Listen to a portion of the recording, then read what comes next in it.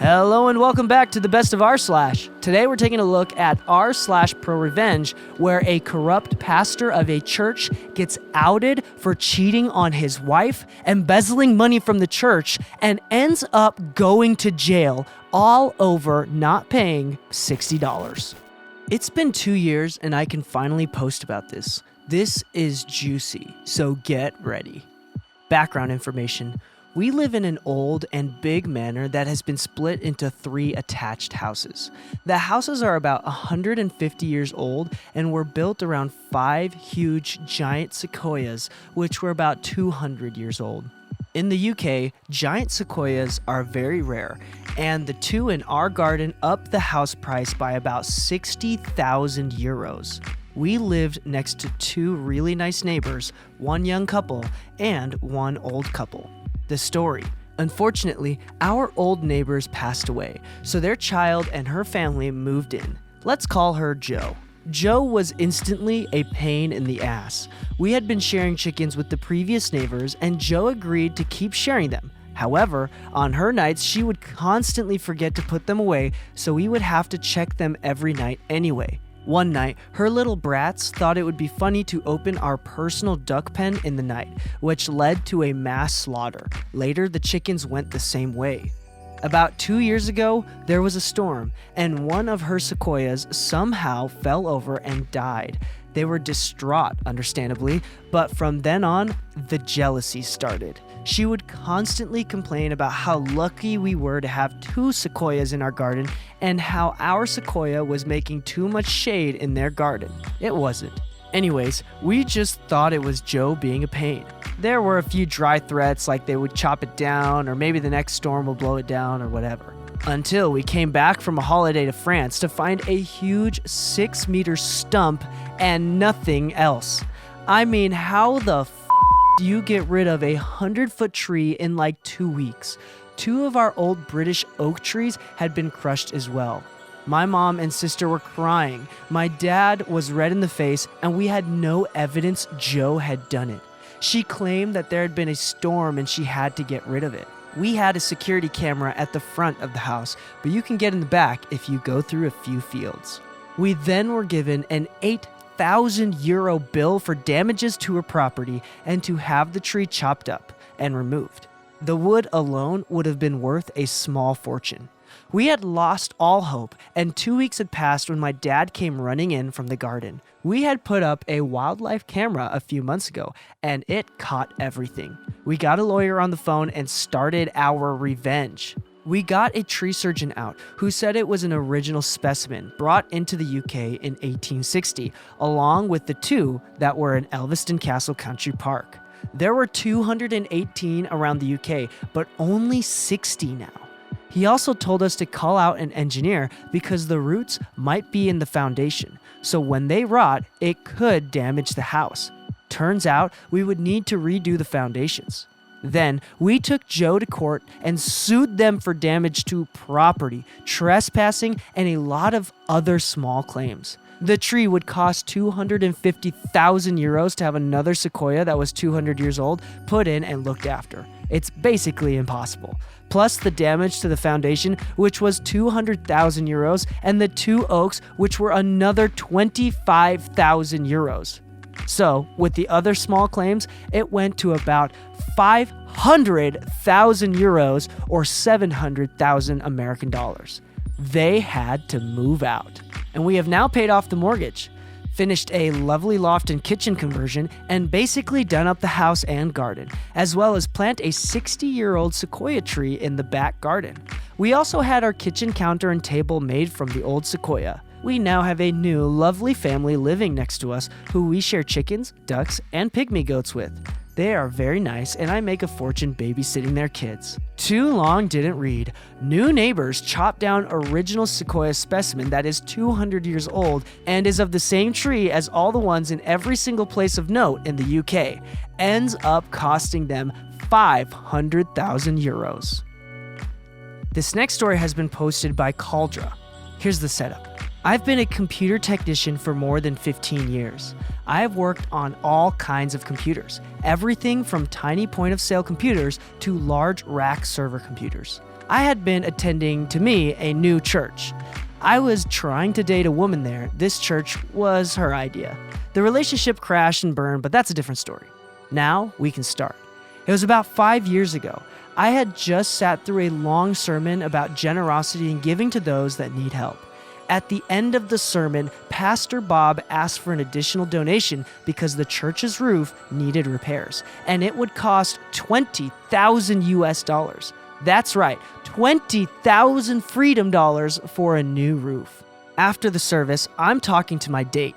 Pastor Bob walks over to me. I said hi, and he introduced himself. We talked a bit. Pastor Bob asks what I do for a living. I tell him I'm a computer tech with a shop. As I'm telling him, I have a feeling he already knows what I do. Pastor Bob asks me to have a look at his laptop. It's being very slow, so I agree. I turn the laptop on and I hear a clicking noise. This clues me in it's probably the hard drive, but I can still access the data. This is a good thing because it means I can probably recover the data. So I tell Pastor Bob the hard drive is dying and it needs to be replaced. I also tell him I could probably recover the data. Pastor Bob asked how much it would cost me to fix. I tell him for most people I would charge around $250. However, I feel I can donate my time, so I would just need $60 for a new hard drive. Pastor Bob agrees, so I write up an invoice. New hard drive, $60. Labor, $0. Data recovery, $0. And 2 to 4 days for repair.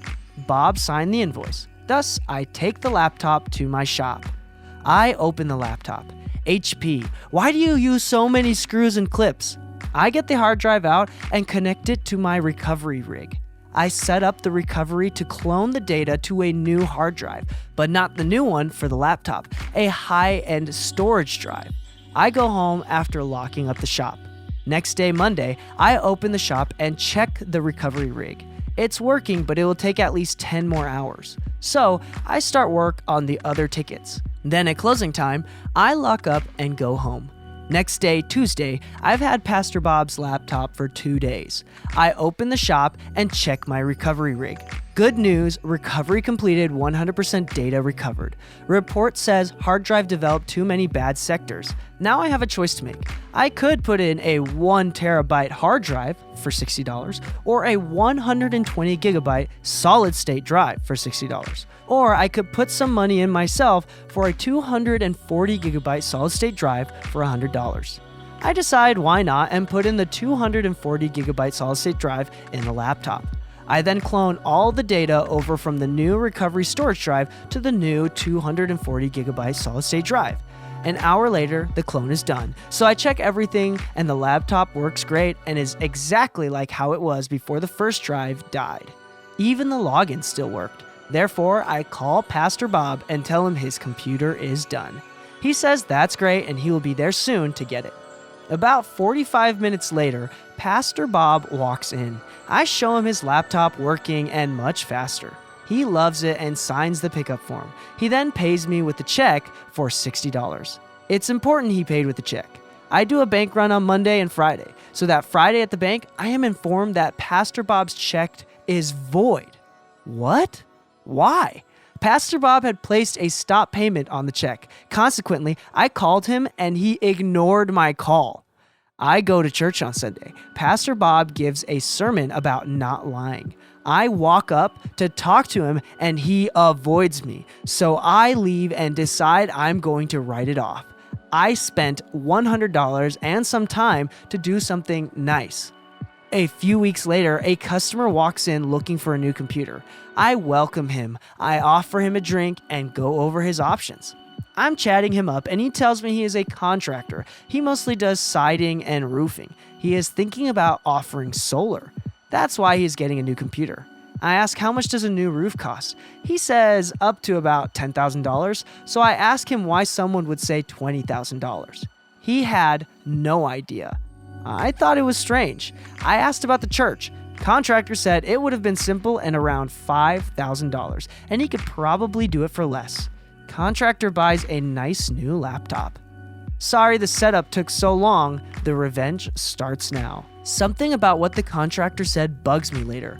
Why would Pastor Bob lie and say $20,000 for a new roof? And why would he stiff me for $60? I then remember I never cleared the recovery rig storage drive. I check, and there it is. Pastor Bob's laptop data. I look around. It's slow and I'm caught up on repair tickets. Fittingly, I look around a bit. He had all of his logins stored in a folder on the desktop, including his online dating logins and online poker. Did I ever mention Pastor Bob was married? I start printing his online dating messages. I look back and find Pastor Bob had been adult hugging several women from his online dating. He had been paying for his dates from the church's donation fund. I am getting angry now. Then I realize he had adult hugged the woman I was dating when I was dating her. It was then I decided to break Pastor Bob. I printed out all of his dating messages and the woman he adult hugged. Until the last 6 months, I refused to print the naughty pictures. It was an impressive packet. I then decide I need copies of that packet. Therefore, I order 100 packets printed from a major online printer. A few days later, my order of revenge packets arrived. These revenge packets are amazing, double-sided, staple-bound, with a cover with Pastor Bob's face on it. Now the conclusion, and I think it's worth it. This church had a calendar of what the sermon might be about. A perfect Sunday was approaching.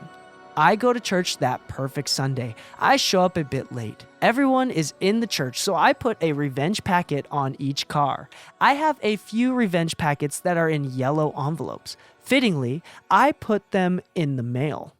I sent one to all the high-ups in the church, and I sent a special packet with some of Pastor Bob's naughty pics to Pastor Bob's wife. I set the return address to the church. I also emailed a bunch of people the revenge packet from a burner email.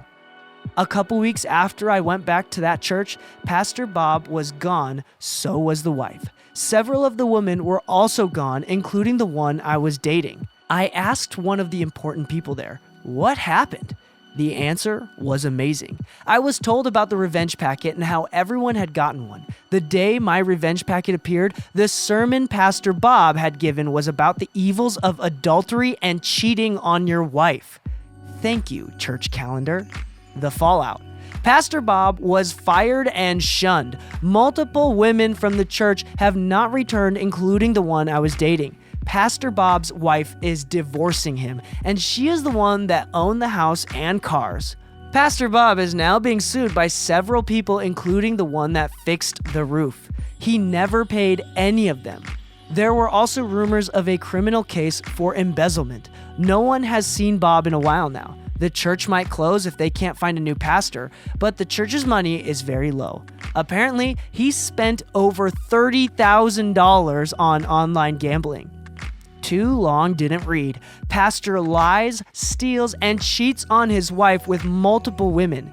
Gets found out and doxxed. Gets fired, divorced, and arrested. And no one knows I did this to him. Notes because you might ask. It's quite possible that several of the young children and babies at the church were his, but I cannot confirm this. I have no idea where Bob is now. I would think still in jail. You've been listening to the best of rSlash. If you like this content, let us know by hitting that thumbs up button. Also, please consider subscribing as we release content like this every single day on both YouTube and podcast.